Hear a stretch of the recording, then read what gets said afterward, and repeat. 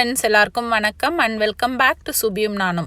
இன்னைக்கு நம்ம சேனல்ல ஒரு சட்னி ரெசிபியை தான் பார்க்க போறோம். வீடியோக்குள்ள போறதுக்கு முன்னாடி நம்ம சேனலை இன்னும் சப்ஸ்கிரைப் பண்ணலனா சப்ஸ்கிரைப் பண்ணிக்கோங்க. வாங்க வீடியோக்குள்ள போலாம்.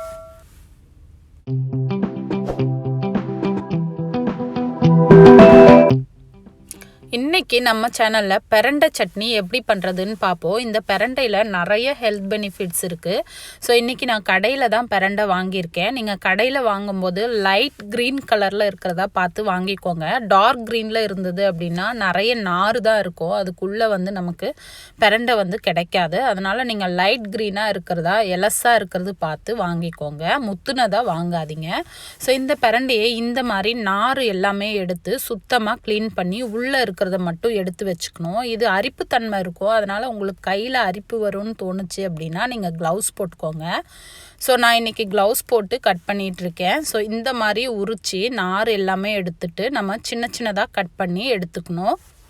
நார் எதுவும் இருக்கக்கூடாது. நார் இருந்தால் சட்னி பண்ணும்போது நிறைய நாராக இருக்கும். அதனால் சுத்தமாக நார் எடுத்துட்டு உள்ளே இருக்கிறத மட்டும் நல்லா கட் பண்ணி எடுத்துக்கோங்க. இந்த பாருங்கள், நான் சின்ன சின்னதாக கட் பண்ணி காமிக்கிறேன்.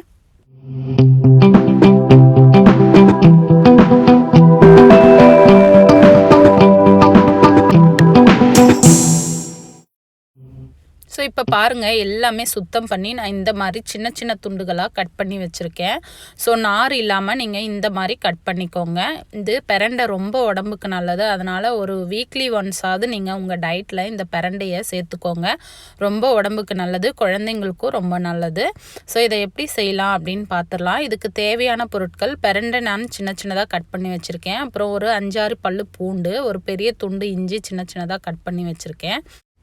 2 டேபிள் ஸ்பூன் உளுந்தம்பருப்பு, 2 டேபிள் ஸ்பூன் தேங்காய், அதுக்கப்புறம் ஒரு 6-7 காஞ்ச மிளகாய், கொஞ்சம் புளி, இவ்வளோதான். அதுக்கப்புறம் ஒரு பேனில் சூடான உடனே ஒரு 3 ஸ்பூன் போல் எண்ணெய் விட்டுக்கோங்க. எண்ணெய் கொஞ்சம் நிறையவே தேவைப்படும். ஏன்னா இந்த பிரண்டை நல்லா வதங்கி வரணும், இல்லைனா அரிப்புத்தன்மை வந்துடும். அது கூட நான் உளுந்தம்பருப்பு ஆட் பண்ணிக்கிறேன். ஸோ இந்த உளுந்தம்பருப்பு நல்லா ஃப்ரை ஆகி பொன்னிறமாக வந்த உடனே நம்ம மற்றதை ஆட் பண்ணிக்கலாம். இருக்கட்டும்.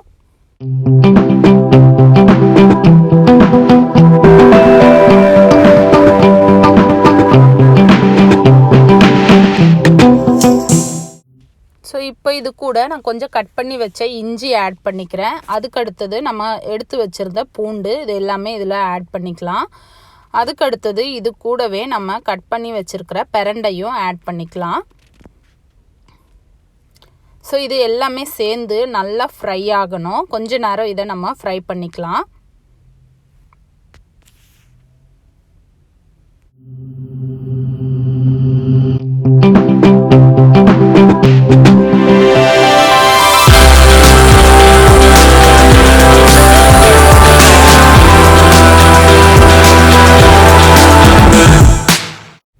ஸோ இந்த பிரண்டை நல்லா அந்த பச்சை கலரில் இருந்து ஒரு லைட் க்ரீன் கலர் மாறுற வரலும் நம்ம ஃப்ரை பண்ணி எடுத்துக்கணும். இப்போ பார்த்தா தெரியும் உங்களுக்கு, கொஞ்சம் நல்லா ஃப்ரை ஆகியிருக்கு.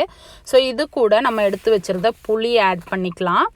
அதுக்கு அடுத்தது நம்ம எடுத்து வச்சுருந்த வற்றல் மிளகு ஆட் பண்ணிக்கலாம். காஞ்ச மிளகாய் ஆட் பண்ணிக்கோங்க. கொஞ்சம் காரமாக இருந்தால் தான் இந்த சட்னி நல்லாயிருக்கும். அதனால் கொஞ்சம் நிறையவே நான் ஆட் பண்ணியிருக்கேன். உங்களுக்கு காரம் கம்மியாக வேணும் அப்படின்னா நீங்கள் கம்மியாக பண்ணிக்கோங்க மிளகாயை. ஸோ இது எல்லாமே நல்லா ஃப்ரை ஆகணும். முக்கியமான விஷயம், பிரண்டை நல்ல கலர் மாறுற வரலும் நம்ம ஃப்ரை பண்ணணும், இல்லைன்னா அரிப்புத்தன்மை வந்துடும். ஸோ அதை மட்டும் ஞாபகமாக பார்த்துக்கோங்க.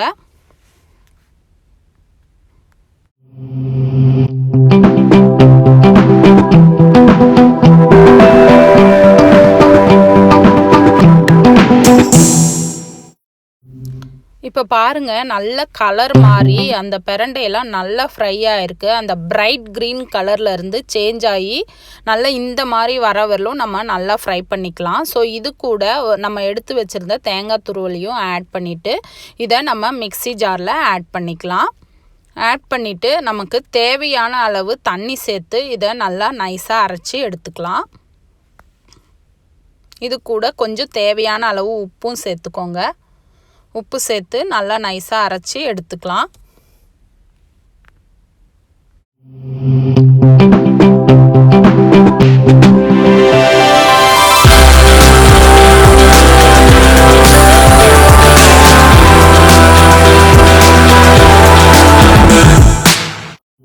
இப்போ பாருங்கள் சட்னி அரைச்சாச்சு, சூப்பராக வந்திருக்கு. நம்ம காஞ்ச மிளகாய் போட்டதுனால நல்லா ரெட் கலரில் சூப்பராக வந்திருக்கு.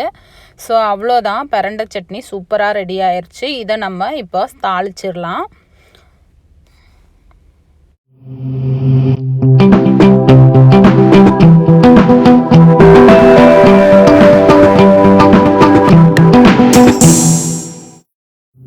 தாளிக்கிறதுக்கு ஒரு பேனில் 1 ஸ்பூன் எண்ணெய் விட்டு கொஞ்சமாக கடுகு, அடுத்தது கடுகு பொரிஞ்ச உடனே கொஞ்சமாக உளுந்தம்பருப்பு ஆட் பண்ணிக்கலாம்.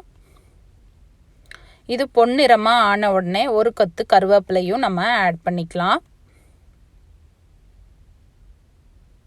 ஸோ அவ்வளோதான், இதை அப்படியே எடுத்து நம்ம அரைச்சி வச்ச சட்னியில் ஆட் பண்ணிட வேண்டியது தான். நமக்கு சூப்பரான பிரண்டை சட்னி ரெடி ஆயிரும். பாருங்கள் எவ்வளோ அழகாக சூப்பராக ரெடி ஆயிடுச்சு. இது இட்லி, தோசை, அதுக்கப்புறம் சாதத்தோடையும் நல்லாயிருக்கும். தயிர் சாதத்துக்கு செம காம்பினேஷனாக இருக்கும்.